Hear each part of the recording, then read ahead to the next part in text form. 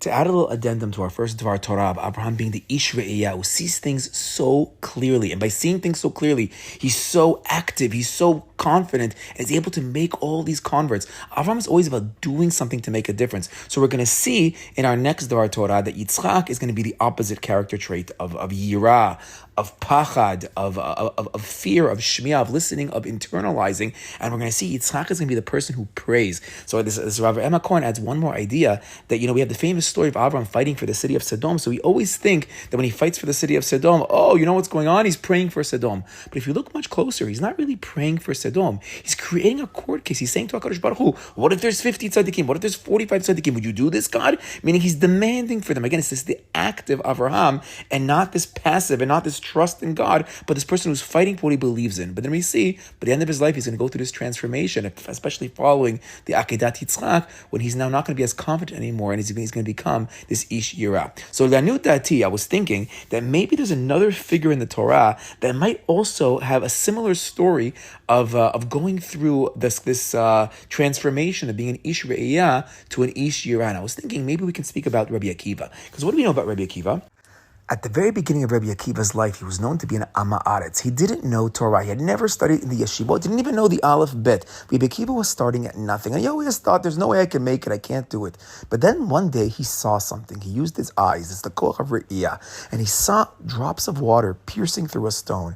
And he said to himself, oh my God, if the drops of water, drop by drop by drop, over thousands and thousands of years, can break through this rock, so too can my heart be broken through, and I can actually be able to learn. And he starts the whole long journey of starting from the Aleph Bet, learning in the Cheder, and then Yeshiva, and then eventually he becomes the great Rebbe Akiva. And Rebbe Akiva is similar to this Avraham Avinu, is this confident person who now I've learned, now I've studied, and now I get it. And he goes on this big mission to create students, and he makes tens of thousands of students. This is the koach of Rebbe Akiva, the great Gadol Hador. Rebbe Akiva was able to inspire so many students. But then what happens? Roman decrees get very difficult, and even his students, they start dying. A plague hits them. Even though Rebbe Akiva is the pillar of Ahavta Lecha, of loving your neighbor like yourself, his students are dying because of lack of kavod to each other. And Rebbe Akiva, maybe we can say, begins to understand that he's not in control of everything. He's not even in control of his students listening to his primary teaching. Rebbe Akiva starts to realize it's a much bigger picture. And then we have ourselves the Romans themselves with decree after decree saying you can't learn any Torah. And eventually, Rebbe Akiva himself is captured for teaching Torah, and then we know he gives his final sermon to the whole Jewish people, where he says, "The Shema Yisrael Hashem Elokeinu Hashem Echad." He basically tells the Jewish people, things don't look good on the outside. It looks like everything is going to be destroyed right now. What's going to be? He says, no.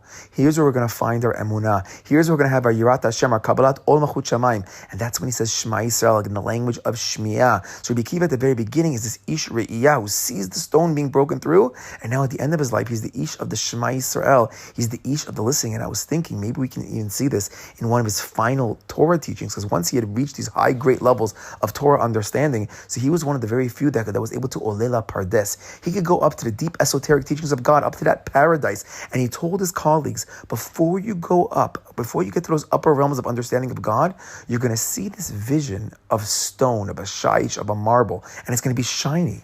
But don't say Mayim. Don't say that glisten, that shine. Don't say that it's water. That's just not true. That would be sheker. Meaning, on a simple level, there's nothing there. There's no water. So I was thinking, wait a second. Go back to the very beginning. We have ourselves the story of the water piercing through the stone, the koach of this vision that makes him change his whole life around. But now at the very end of his life, when the end of his teaching, of his learning, he's saying to himself, oh my God, when I reach these great heights of understanding, I recognize that I don't really understand. That what you see is not so clear. There's no water at all on that stone. And maybe, Lanutati, maybe we can say one more chidush. Moshe Rabbeinu, we know at the beginning of the 40 years in the desert, he is told to go hit the rock. Be that active player and hit it and remove it through your actual physical force. But then at the end, 40 years later, HaKadosh Baruch Hu tells him, okay, now the Jewish people have changed. They've grown up a little bit. It's no longer about this active. We have to realize that there's things going on below the surface. There's deeper levels to how HaKadosh Baruch Hu runs this world. Moshe Rabbeinu, can you now speak to the stone? Now we know ultimately that Moshe Rabbeinu is going to mess up in this second test, but maybe there as well, there might have been this test to try to move Moshe Rabbeinu from the Ish Re'iyah to the Ish Shmiyah.